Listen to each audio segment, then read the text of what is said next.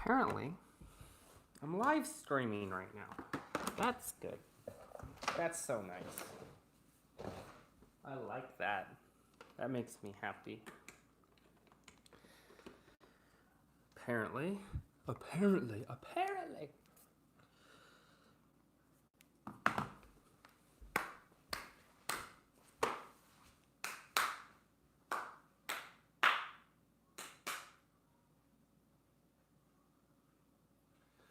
Boom, boom, boom, boom, boom.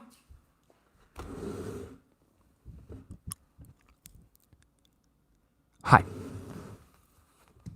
What's up?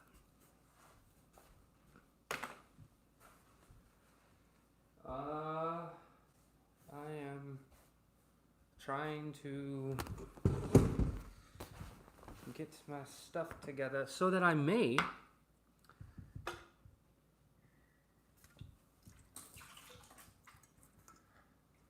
sit down and chit chat. Okay. I swear it was like I was losing my mind, but I wasn't. It was there the entire time. Is that good? Can you guys see me? I can see me. Can you see me?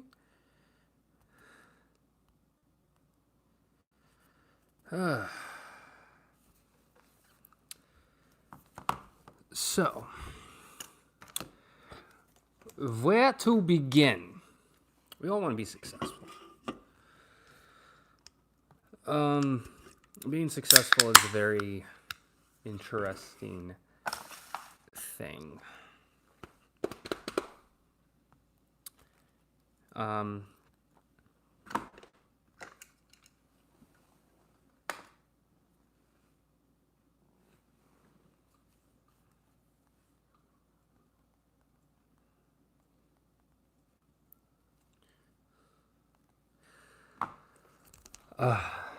So we're just chilling.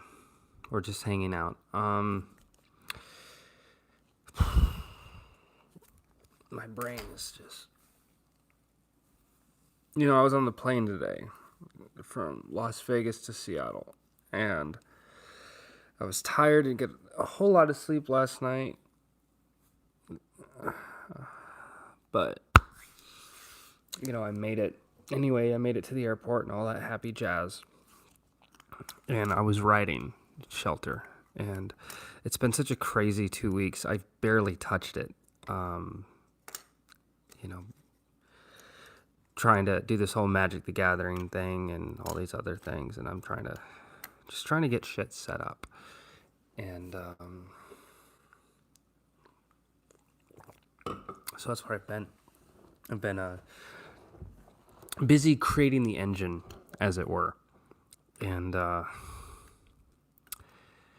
man, I'm just trying to make the magic happen. And I'm on the plane, and I have Shelter right in front of me, and I'm writing. I have my headphones on, listening to some music, and I'm writing. Went through, made a couple corrections, rereading stuff, making sure things flow right between chapters. And I'm not going to lie, I'm really actually kind of stoked, because I've shown people chapters, like individual chapters of Shelter, and they're like, oh, it's great. One of the best things in storytelling is transitions. And transitioning from one chapter to another, and kind of when you do the transition of breaking off from one POV to another, I kind of been dancing with different ways of ending chapters. So if the chapter continues the POV for a character, from what I've noticed in Shelter, it ends basically the way that it ends is, I don't want to use the word abrupt, but it ends on a note, a note of continuation.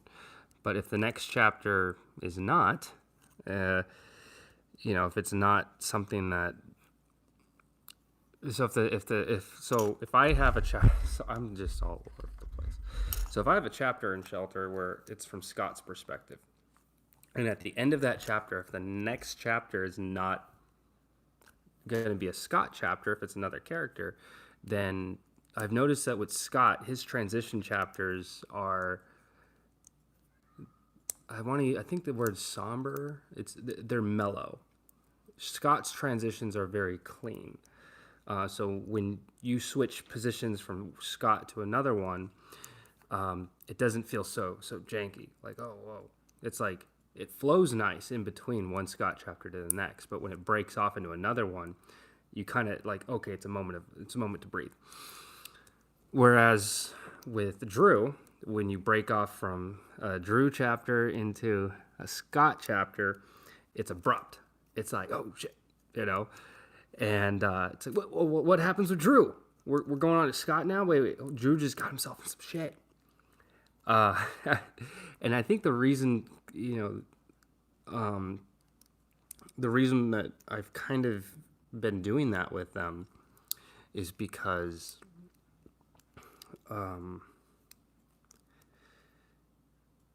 it echoes something. And that's another thing is the whole premise of Shelter is about reflection. It's about reflection and division. That's, you can kind of see that by the cover, but that's the overall theme. There's a lot of things about how it divides us. So there's like the political thing, the political symbolism in it, which isn't too crazy, but the political symbolism is reinforced by the current in the story. The standing of the world is all because of economic downturn. Why did that economic downturn happen? Well, because of politics. When you boil it all down, it all happened because of politics. Politics fucked up everything. The final chapter of the story, the man who sold the world. And by the time you read that chapter, that sentence, that statement, the man who sold the world, you already know kind of who's responsible for all this shit happening.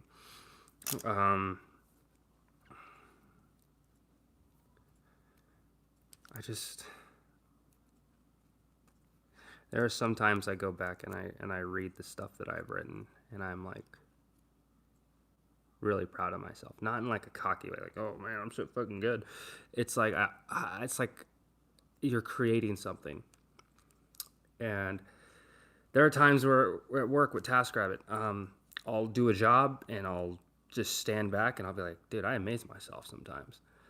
And I'm not saying like, oh, I'm so cocky, look at all the awesome stuff I can do. It's like, no, it's pride. Is that when I complete something that impresses myself, I get a good sense of pride, which isn't a bad thing. And I think that's something that a lot of people should really shoot for, is a sense of pride and accomplishment in what they're, in any endeavor that they're doing. So I think that's what I'm trying to say, is that in my writing, in my work, I always, you are your own biggest critic. I am my own biggest critic. And there are some times where this 2 weeks have kind of taken some semi break from Shelter, kind of moving on and, focusing on work and making money and stuff. And then being on the plane today. And even though I only wrote like two paragraphs, and it's like usually when I sit and write Shelter, it's like I write at least like 3-4 pages. I just keep just churning it out, and even though I only wrote so little, it's because that kind of goes back to transitions. It's transitioning from one scene to another. But going back and rereading that stuff after taking a little bit of a hiatus of it, it's that sense of pride that I get knowing that I created this. I made this. And it feels lived in. It feels real. Not like real, but like it. I try to bring a sense of realism to the characters and whatnot.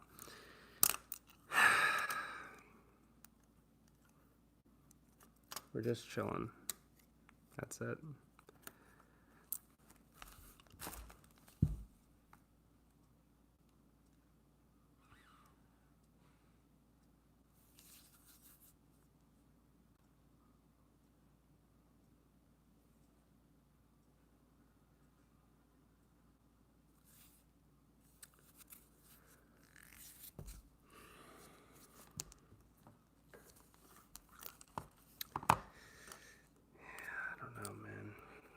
I'm like,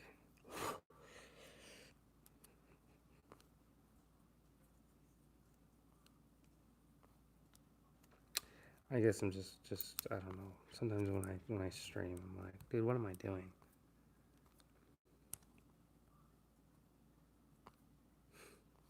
It's so dumb.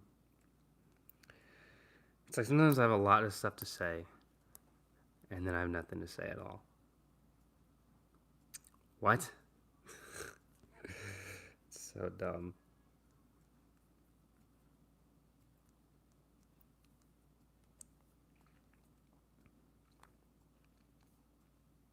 It's real though.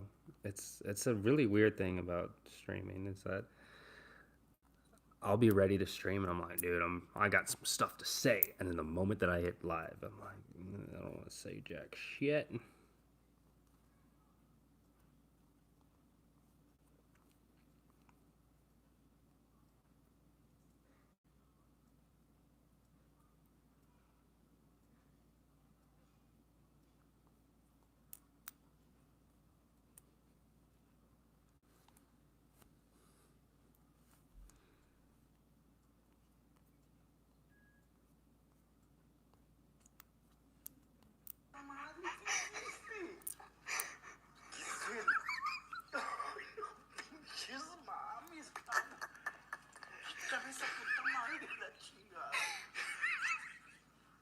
Yo pensaba que me estaba echando gel, hija tu madre.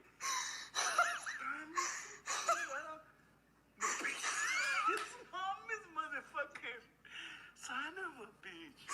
What the fuck? Ahora sí te mamaste, cabrón. Chinga esta madre. Mira.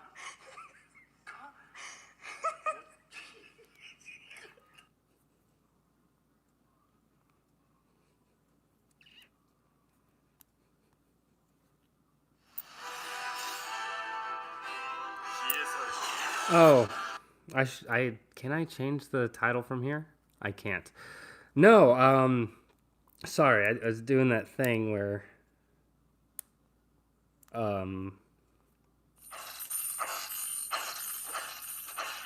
there we go. No, I was doing that thing where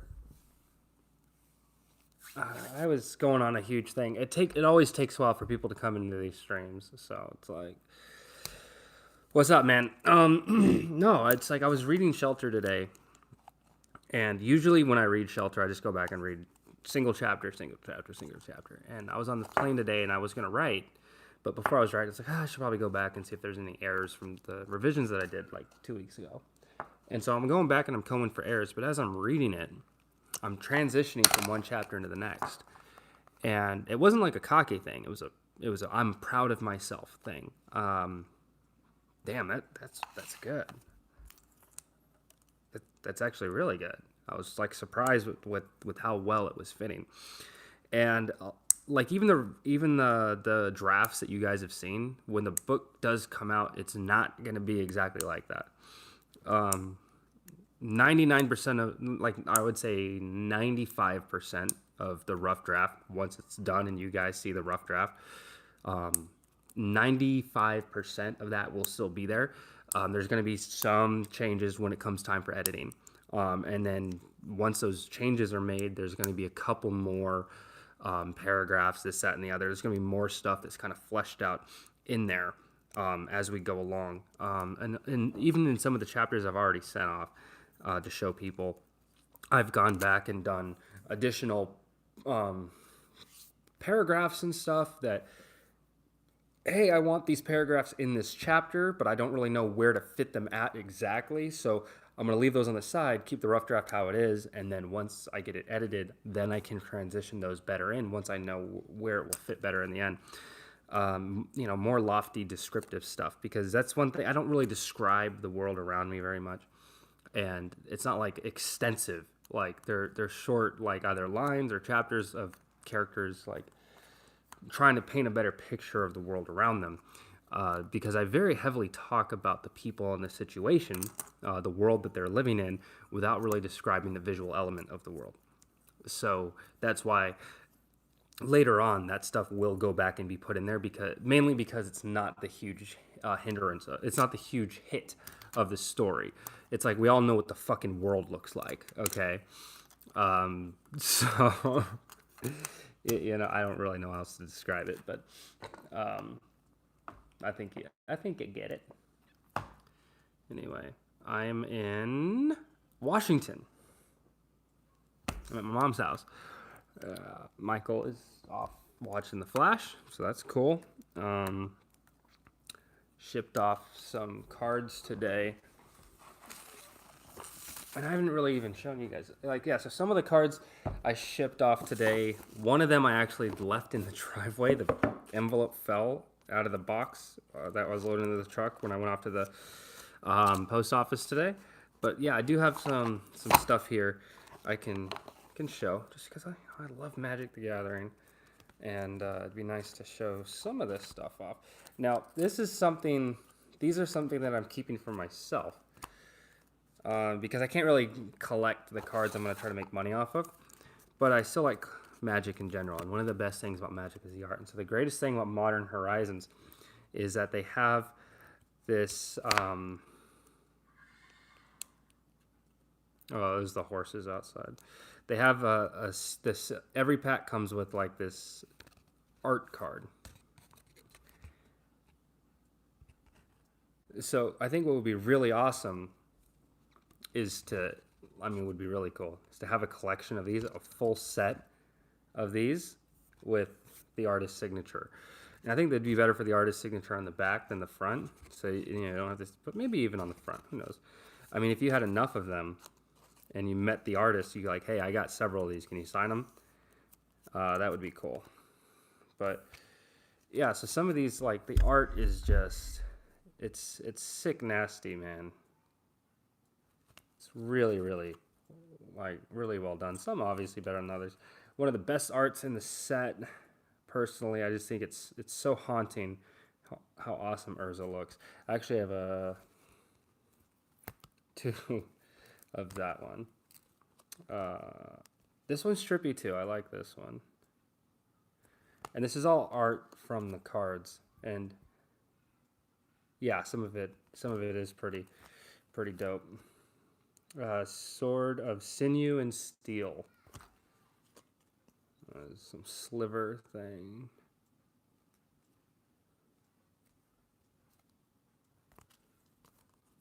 Another sliver. This crazy looking. But yeah, so these as I gather them, I'm holding on to them. So I think I'm kind of done with Modern Horizons for now. I don't really want to be buying packs. I've gotten lucky. I've bought packs and I've pulled crazy value out of it, and I've been able to sell them off. Okay, on to the stuff that matters. Holding on to this snow-covered lands because eventually these are going to go up in price.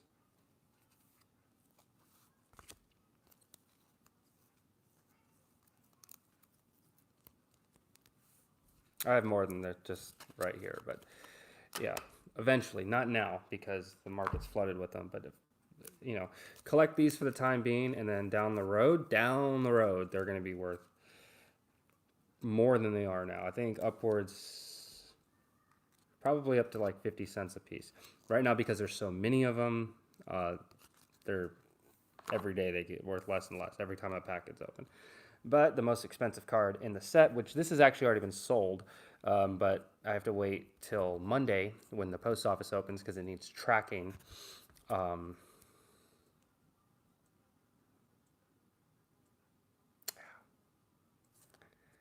This guy, man.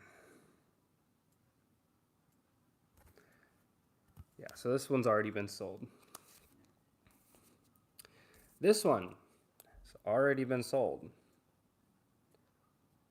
The price on this guy tanked pretty quick. I think he was hovering about, I don't know, what was it, like 20 bucks? He's down to like 13, 14 now. I actually sold it for like 10. Just because some of these I'm just trying to get rid of quick.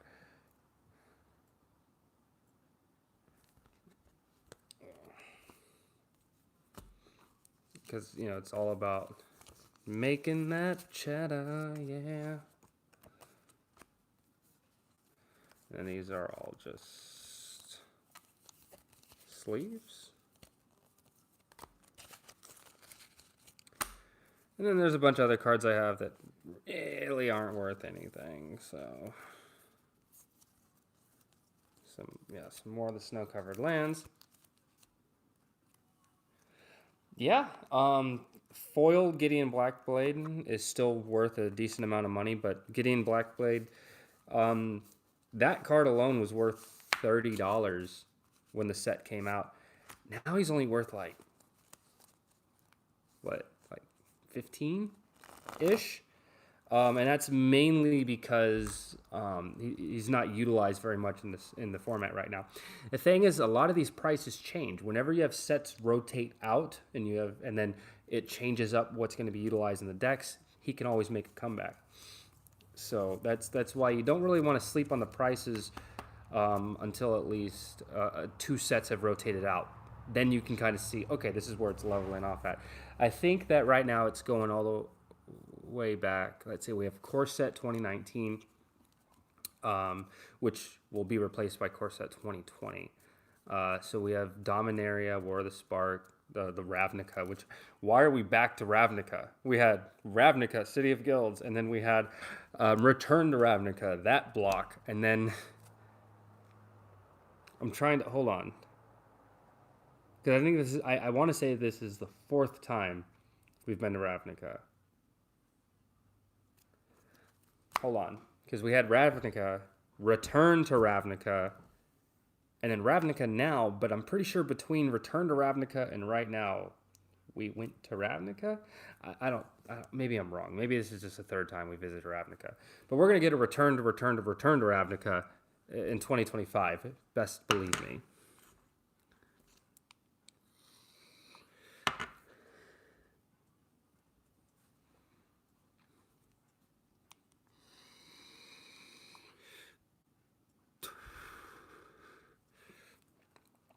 You were too nice. I would not have done that. But, I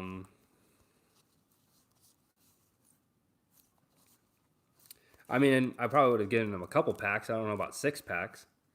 Ravnica is awesome. Bring it on. Dude, this card has been climbing, man. The people that spec'd on this is a foil version of the Elder Spell, but people spec'd on this because for some reason, when this first came out, it was only like a couple dollars. It's been climbing. Oh, hey, are you not going to the casino? Yeah, we are. I want to bring this home.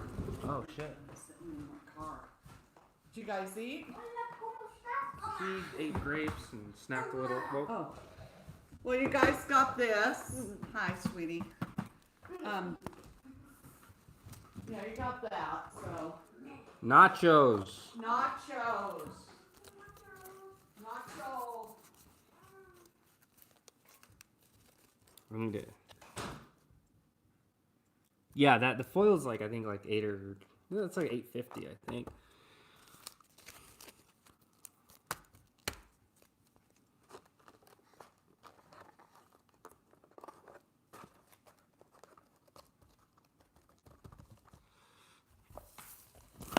And these are all just Pokemon cards. Well, no, Massacre Girl. I already showed you Massacre Girl that I spec'd on, which tanked very quickly after release. Very quickly, Ravnica Girl tanked. Alright, we're out. All right, love ya. Have fun. Make money. What? Make some money. Oh, yeah. Oh, I want to get my other little thing. Gosh. Yeah. What movie are we gonna watch, bud? What was it called? No, we don't have to watch The Hobbit if you don't want to. I don't really want to today. Maybe tomorrow. You don't want to watch. That's fine. What do you want to? Well, I do want to watch a movie with you. So, what movie do you want to watch? Flash? The series, but not a movie. We can watch 2 episodes. Have you seen the Justice League movie? No. I think they have it on I Netflix. I mean, I have seen it actually. Oh, you have? What happens in it? And this is the Flash, and they have to take down. What was it again? You tell me. What happens in it? There's a Flash, Batman, Wonder Woman, Superman. They try to take down a guy that was in a sewer or something. But like there was like Superman 2, Wonder Woman. Hey, that new X-Men movie came out. You want to go see that this week? I want to see Pokemon. Did you get yourself up on TaskRabbit? No. Mellow. I wasn't gonna dedicate myself to that just until I knew what was going on with you and Harm first. Well, you can do like Monday. Oh yeah, true. Yeah, I could throw myself up tonight, see what I'm happens. just saying, Monday's not gonna probably be nothing. Yeah, true. I'll check the IKEA doc because that will probably be more lucrative. Black grape. Yeah, I know he really likes those. Black grapes. Oh yes, tell Oma what we pulled on that game tonight. What'd you do? Mushroom Charizard. Rainbow. Yeah, the most expensive card in the set on the digital game. He pulled it, which is pretty awesome. I said it. I'm magic. You are magic, bud. When they say the black grapes, all of them have to be black grapes. This one's not black. Okay, we're not gonna be long. Unless you're right, like ding ding ding ding ding. Oh yeah. But what's the old rule? Don't give them anything. At least try to break even. Oh yeah. Well, that don't happen very often. Actually, with me. It's been sad. My keys in the car. You want some of those nachos, bud? Okay. Bye. Bye. Mama. Bye.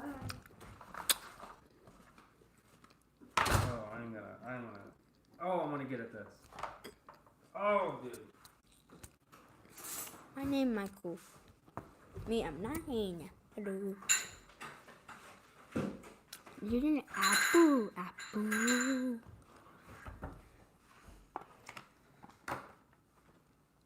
And this mic thing.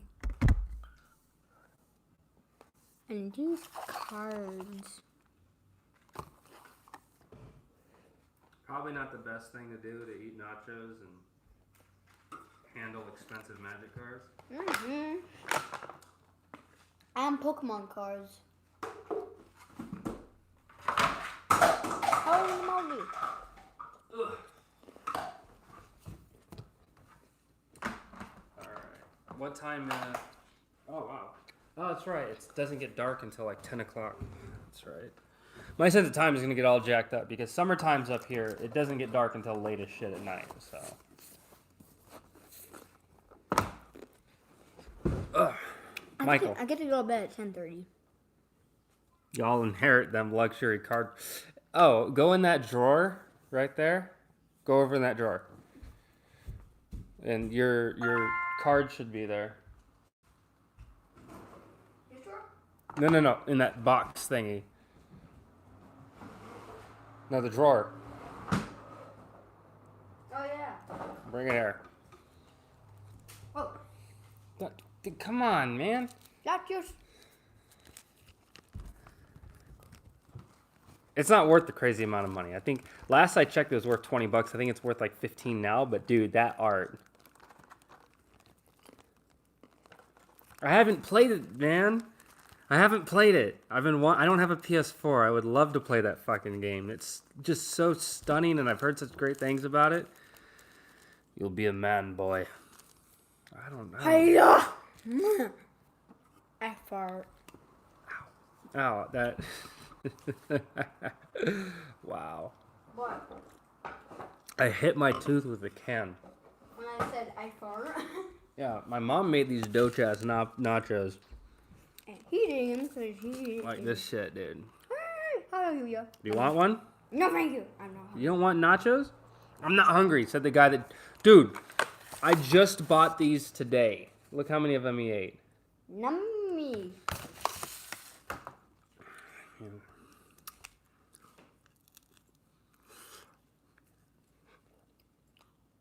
I ate half the box. What is it? Very funny. Love you, bud. I play Spider-Man. Tell me about Spider-Man. I love Spider-Man. So cool. Oh, Spider-Man Homecoming, or Far From Home is coming out in a couple months. I want to see it. Well, do you want to see it opening day? I also want to see Detective Pikachu. Have you guys seen it before? I haven't. Do you want to go see it this week? I'm asking new people. Well, Foibles? Now, have you guys seen Detective Pikachu?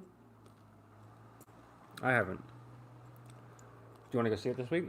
Yes. Well, once my money comes in from eBay, I'll take you. Excuse me.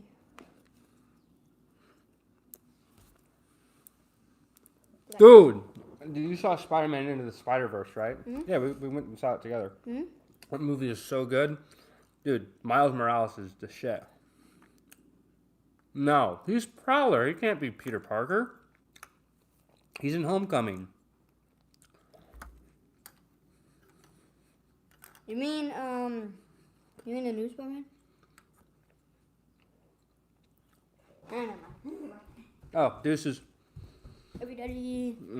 Love you too, bud.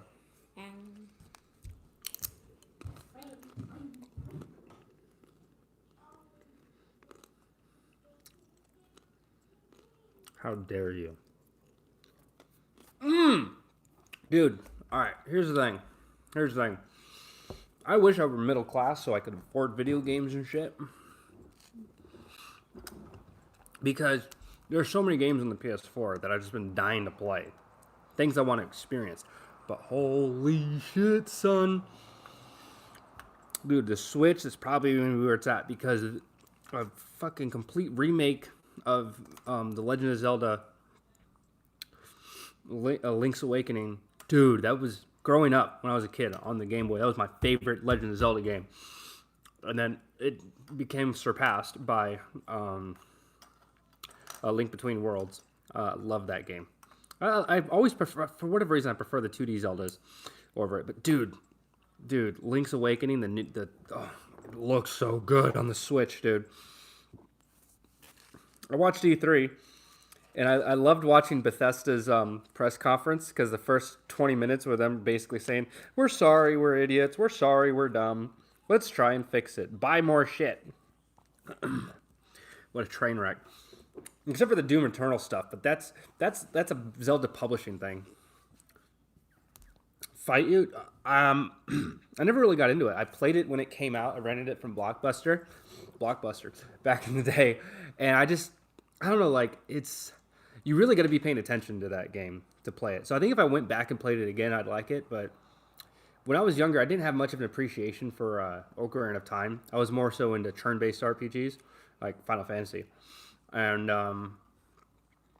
but years later, I played Ocarina of Time on the 3DS, and it blew my fucking mind. It's like, yeah, the graphics are different, but like, they're not as wonderful comparison today to what we have today. But dude, Legend of Zelda Ocarina of Time, I'm not gonna lie, it's actually a really fucking good game on its own. Oh, yeah.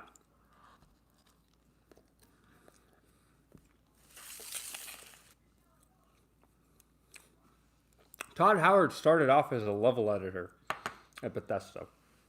I think I don't know if he worked on Arena, but I know it was Daggerfall he started on as a level editor.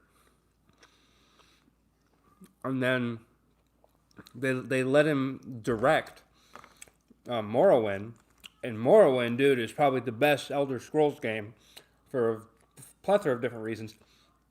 It hasn't aged very well. Gameplay wise, like the active thing that you're doing, like combat and shit like that, it hasn't aged very well at all.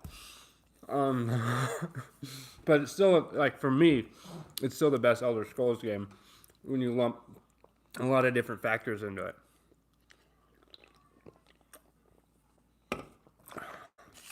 I love that fucking game, dude.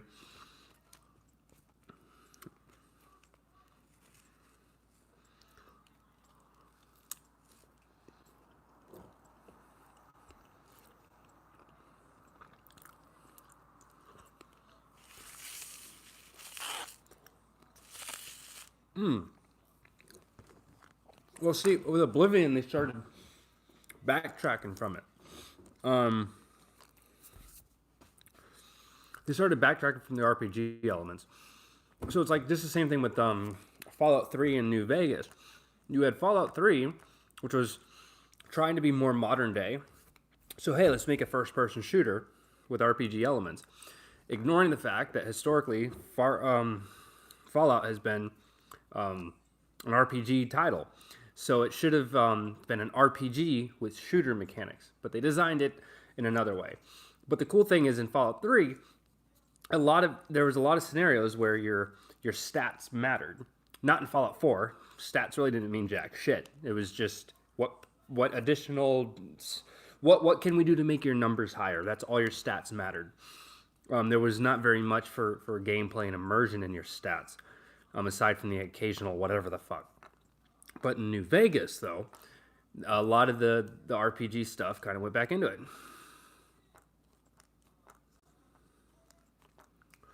That's the thing. It's the cognitive disconnect that makes it difficult in video games, especially open world games where it's like, hey, we got to go take care of this shit now. Go ahead and become the Archmage while you're at it. Just take your time, you know. So for me, it's one of the things I also really do love about Morrowind is the fact that the main quest, it literally they encourage you to go out and take care of stuff. Like, hey, you're still kind of new. Why don't you go out and level up a bit? Why don't you go explore the world? Come back to me in a couple days. We'll figure some shit out. You know, Balmora, dude, that town. There's some crazy shit that goes on in that town. Like there's a lot of sleepers in that town. Come back whenever. Yeah. Well, so I think the cool thing is the reason behind that is because Dagoth Ur's rise to power. It's kind of like a very background thing. Not a lot of people are paying attention to it. That's why there's no push for urgency. And any of the urgency that's there is all hindered on you because the story is about you. You are the reincarnation of a fucking living god. That's what makes it awesome. The focus of the hero of the story is on you. Whereas in Oblivion, we were the champion of Kvatch, the champion of Bruma. But, because Sean Bean was the one that sacrificed himself to save the world, he was the one that gets all the credit for being the hero of Tamriel. And we were just Tamriel, like the champion. We were the guy that, the problem I had with the Oblivion's storyline is that we felt like such a fucking errand boy. We felt like we were just kind of going along for the ride. Whereas in Morrowind, you kind of really felt like you were a part of something. Skyrim. Skyrim's a hard one because I didn't mind the storyline in Skyrim. I think the Aldmer Dominion part of the storyline was a little bit weird because it went nowhere because they didn't really have any involvement in the dragons coming back. But I think the only reason why that was pushed so heavily was in the early parts of the main quest of Skyrim was to reinforce how important, to reinforce what has happened in the last 250 years. That could have been a neat subversion of the chosen one trope. What do you mean? In Oblivion?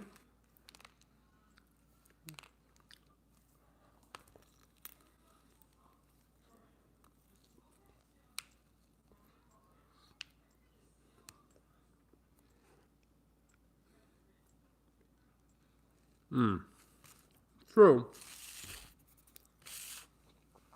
True.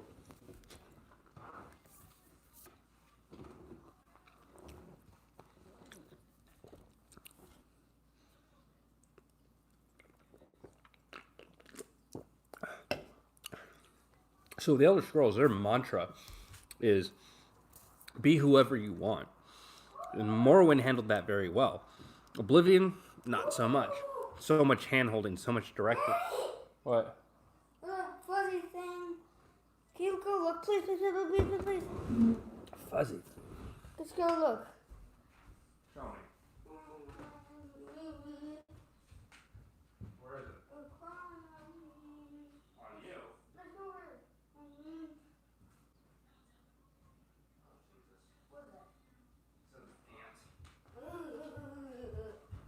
I don't know what's up with these ants here. These ants are fucking huge. They're the size of like rats in Morrowind. They're scary.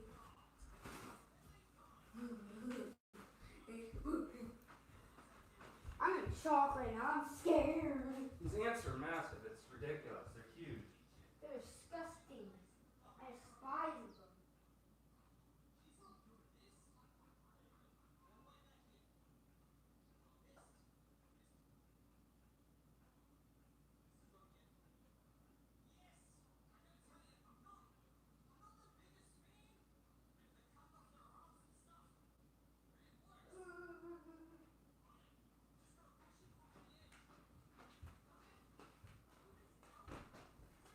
Dude, look at this ant.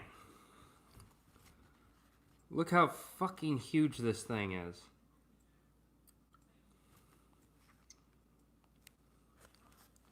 It's fucking massive. Like, here's a Lego. Do I have a coin to compare it? Here, pop can lid.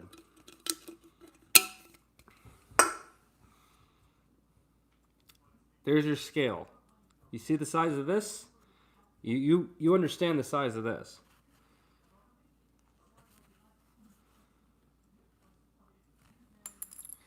God damn it.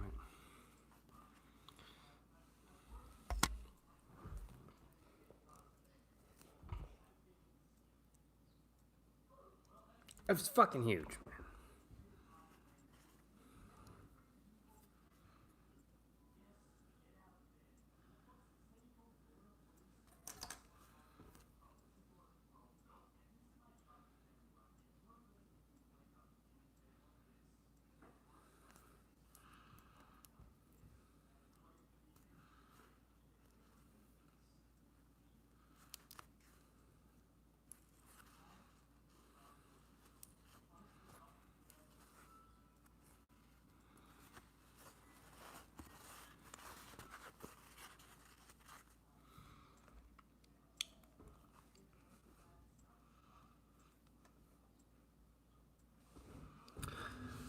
The chosen one character would really be treated. Meanwhile, you're just some dude who provides the chosen one leverage. He needs to fulfill the prophecy. You operate in the background as an unsung hero. At least that's how it seems until Bethesda's it up. It's a big fuck off. What the fuck? Yeah, dude, this thing's huge. So how did Bethesda that? Tell me about that, Foibles. What's the deal with that shit? Can we just get on Discord and talk on Discord? Is that something we can do, or do you not have headphones?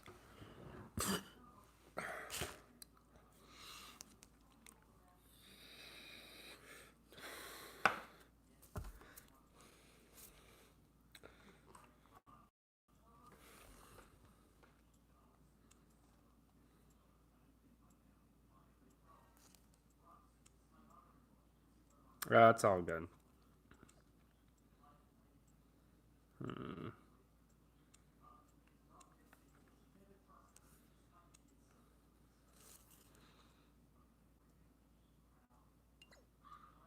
Taking pictures. Your roomie's 5 feet away from you, so you can like hear him jerking it every night? That's disgusting. I had this dude was on we had bunk beds, and he wasn't my bunkmate for very fucking long, but it was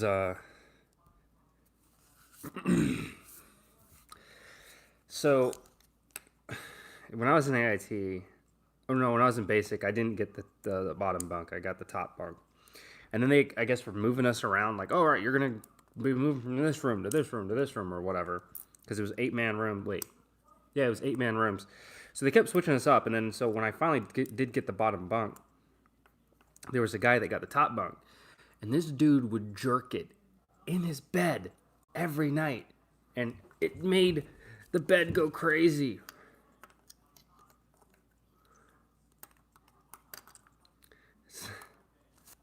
Your character in Oblivion is immediately thrust into the prophecy, and you're treated as Chosen One 2.0. It's just complete ass. So, all right. So, yeah, one of the things, except for in Daggerfell, The trope in the Elder Scrolls games is that you start off as a prisoner, which kind of puts you in a box automatically. Oh, be whatever you want, but it just so happens that no matter what, you're a prisoner for one reason or another. It's kind of hard to fabricate an entire awesome reality when every single time you start out as a criminal. Ooh. I was at the store today. Shit. And I saw, hold on, I was an asshole and I took a picture. But that's a dude.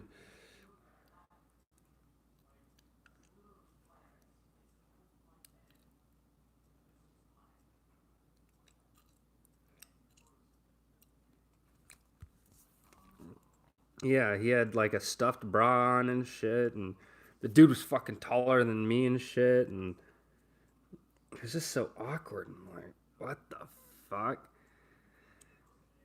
I mean, yeah, call me a fucking asshole for... It's like, oh, that's so insensitive, Mace. Like, yeah, I guess it is. It's also fucking weird and disgusting. But to each their own. Let him live his life. Her. It. Whatever the fuck.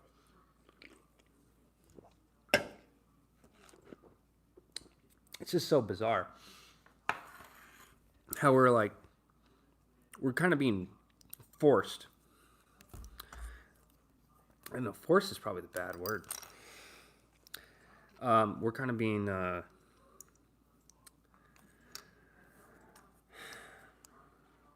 what's the right word? You know what I mean. It's like the leftist agenda is like pushing us to feel one way or another about this shit. And on one hand, it's like, I just don't care. Live your life. Have fun. Do your thing. No judgment, whatever. But it's when we have to then change everything about us. I don't know what the fuck I'm talking about at this point. I've talked about this stupid shit on stream way too much.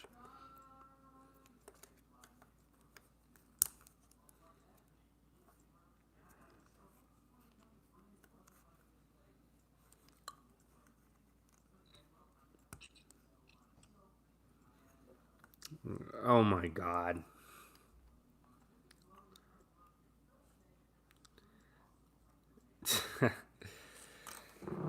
Alright, so I think I'm gonna go put on a movie for me and the little guy. So, because it's 8:30, which is nuts, because I don't know if you can tell, but look how bright it is outside. It's 8:30 at night. It stays like this light up until, hell, I don't even know what time. Like 10? I think it's like 10 it starts to get dark.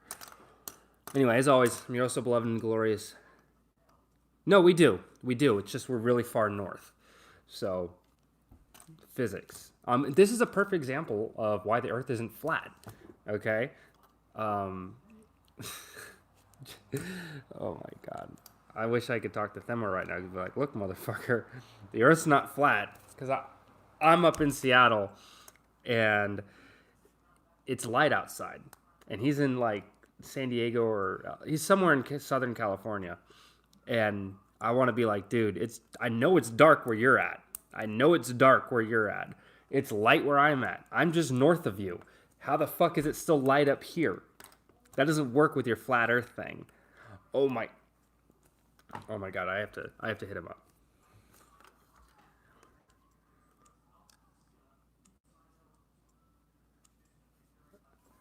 All right, I have to hit him up.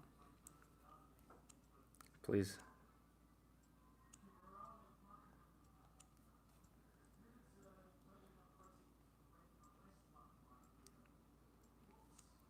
It doesn't say that he's online. It says he's offline, but who knows? He might come on.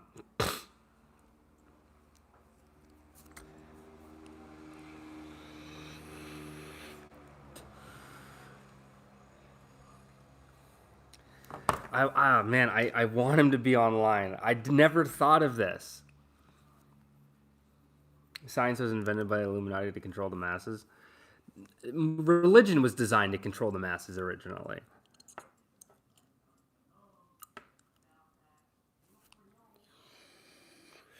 Oh my god. He's not on.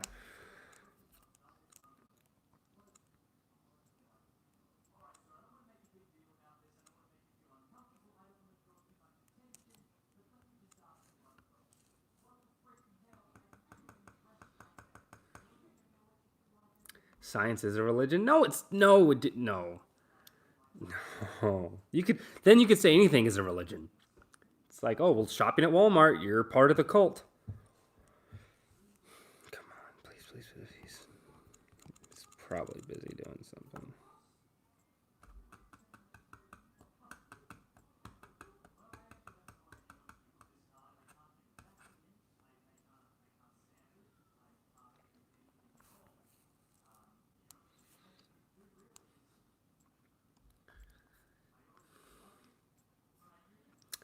As we made our approach to Themor's bar, I stood in awe at the sign hanging above the front door.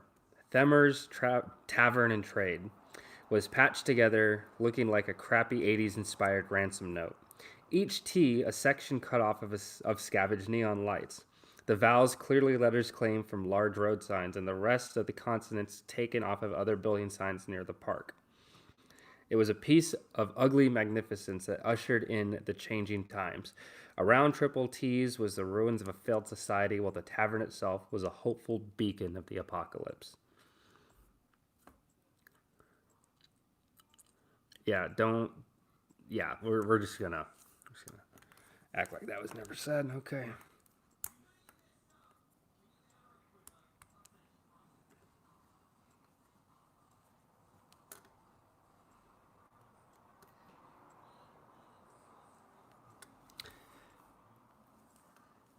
You need to write Themor as losing a flat Earth debate. I already have. Have you not? Did I not send you that chapter?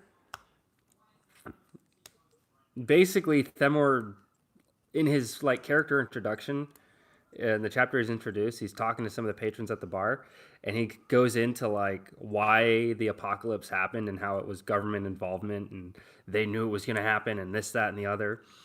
And then the main character is like, hey, Themor, what shape is the Earth? And he's like, it's irrelevant. What are you talking about? He's like, what shape is the Earth? And he's like, there isn't one. It's flat. And then all the people that were hanging on every word of his conspiracy theories about the government controlling the designing the apocalypse, they all started laughing their fucking asses off because they're like, oh, he's a flat earther. He's fucking crazy. And at the end of the book, you realize that everything he fucking said is 110% true. Is that the government knew that this shit was bound to fucking happen. So because they saw the writing on the wall when the rest of the world switched over to cryptocurrency, You have not been converted, dude. No, you're not a fucking flat earther. I will not believe it, nor tolerate it. Not on this stream, dude. We don't run that shit. We are the children of the apocalypse. We are the sons of Adam. Normie, whatever. I'd rather be normal than batshit fucking crazy. All right, as always, I'm your so glorious and beloved Mace Valor, and I'm signing off. You take care, bud, and